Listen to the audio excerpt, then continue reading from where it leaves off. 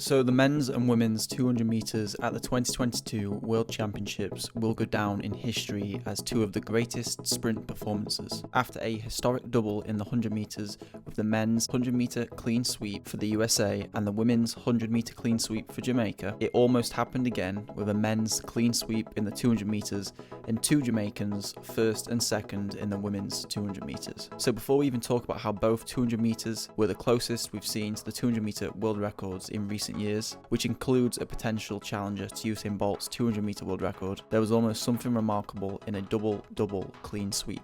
Sherika Jackson of Jamaica has been having a phenomenal season already, having the world lead. We knew something special could happen after seeing her ease through the heats in a staggering time whilst cruising. On a podcast with Total Running Productions, I did predict Sherika Jackson would run 21.4, but how often do the best case scenarios come true? In the final, Sherika did in fact run 21.4, dominating from start to finish. And if your strength is in the 200 metres and you're beside Shelly-Ann Fraser-Pryce after the bend, then you already know you're on for a very fast time. As impressive as Sherika was, it was somewhat expected that she would run phenomenally fast, whereas the men's 200 metres probably shocked a lot of people. For most of the season, all eyes were on Errian Knighton because in recent years he has broken Usain Bolt's age group world records on multiple occasions, running 19.49. However, it was Noah Lyles, the defending world champion, who came out on top at the USA Championships a few weeks ago. Going into the championships, we knew it was going to be a battle between Noah and Errian, but the reality was something rather different.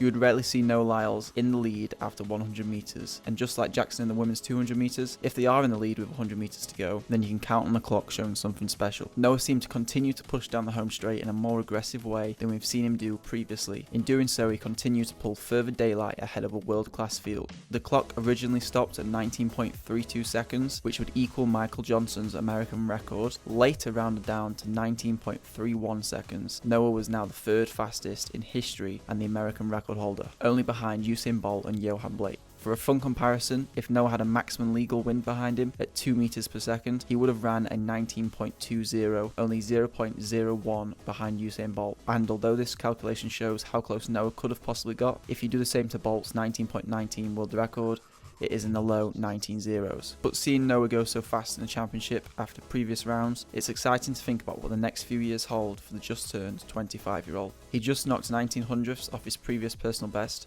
If he does that again, then that's a 19.12 and a world record. It's a big if, but the fact we're seeing some people get close to Bolt's times is remarkable considering how dominant the GOAT was. Let us know if you think Noah Lyles and Errian Knighton can challenge Bolt's record in the future, and the same applies for Sherika Jackson in the women's 200 metres. Thanks for watching.